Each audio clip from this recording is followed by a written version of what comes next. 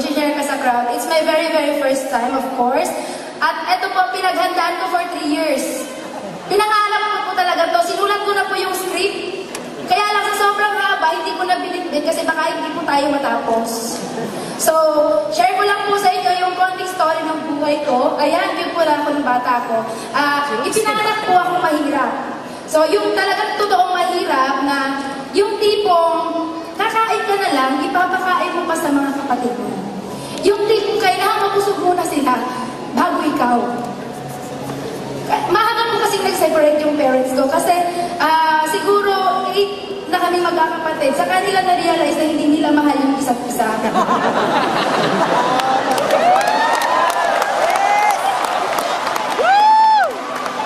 Tapos po, syempre, na-realize nila na hindi nila mahal yung isa't isa. Nagkanya-kanya sila. Yung nanay, nag-asawa ng iba. Yung tatay, nag-asawa ng iba. Syempre, ako po yung naiwan sa gitna. Ako po yung naging ina at ama ng mga kapatid ko, bigla-bigla. Wala pa akong choice, hindi ko po sila pwedeng takbuhan. Kasi mga mahal ko po sila. So, nung nag-edit po ako, nangarap din po ako na sana isang araw, hindi ganito, yung mabuhay naman tayo na kumain tayo ng maayos.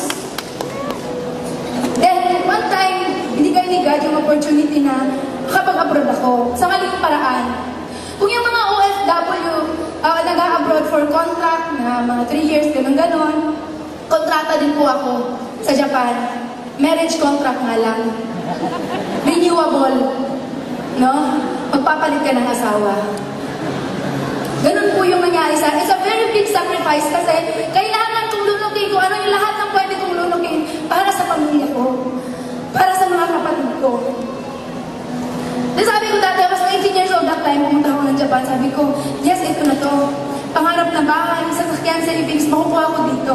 Kailangan mag 26 years old na ako. Meron na ako lahat niyan. Kaya lang nung 26 years old na ako, nangyari guys, wala lahat yun. Parang, ano mangyari pagharap ko sa salamin? Rosie, tumatanda ka na, pumapangit ka pa. Gusto mo ba yan?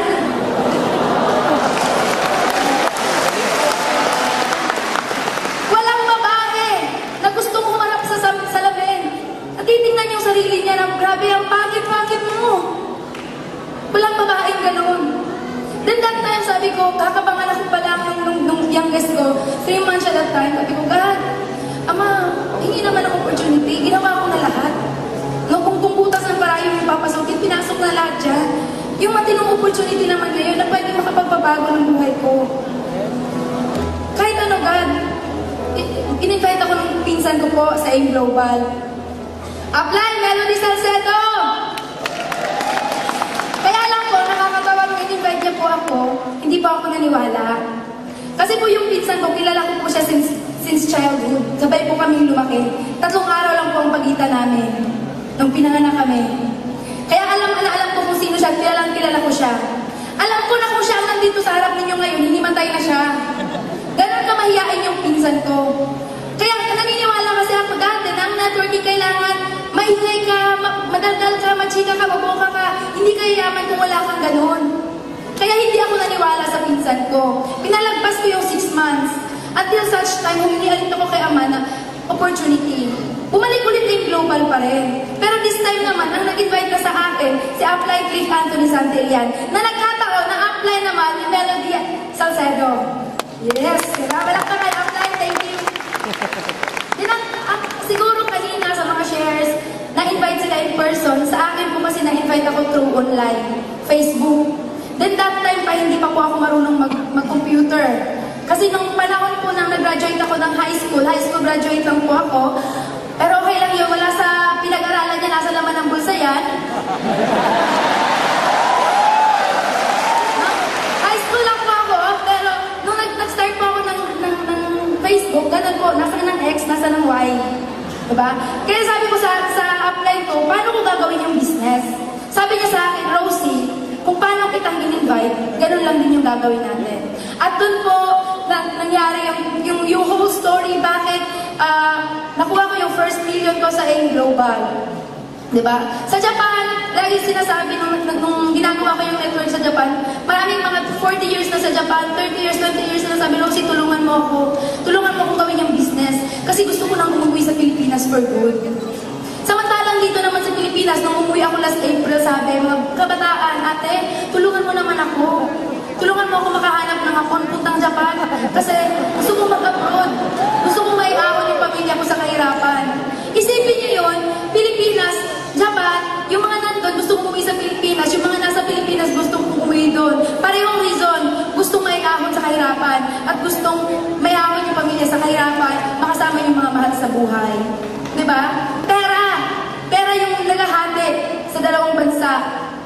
Pera yung naglalayo sa pamilya. Diba? Yung magulang sa anak, kapatid sa kapatid. Akala lang iba, OFW, bayani. Oo, pagpalagay na natin, oo, yes.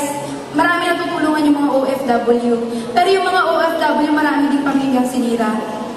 Mga anak na nagkaanak na lang din nang wala yung mga magulang. Diba? Guys, eto lang po yung nagpagising sa akin. Sa lahat sasabihin ko po sa inyo. Ngayon na, last na to, promise. Bigyan niyo yung mga sarili ninyo ng 5 seconds. 5 seconds para tanungin yung sarili ninyo. Kung yun bang mga buhay na meron kayo ngayon, yung buhay na tinitirhan ninyo ngayon, yan ba yung buhay na gusto ninyo? Kasi kung yan ang buhay na gusto ninyo, ituloy nyo yan. Walang problema dyan. Diba? Pero kung hindi yan yung buhay na gusto ninyo, baguhin ninyo. Yun ang ginawa ko. Iniwan ko po yung Japan. Last April, umuwi na po ako dito for good.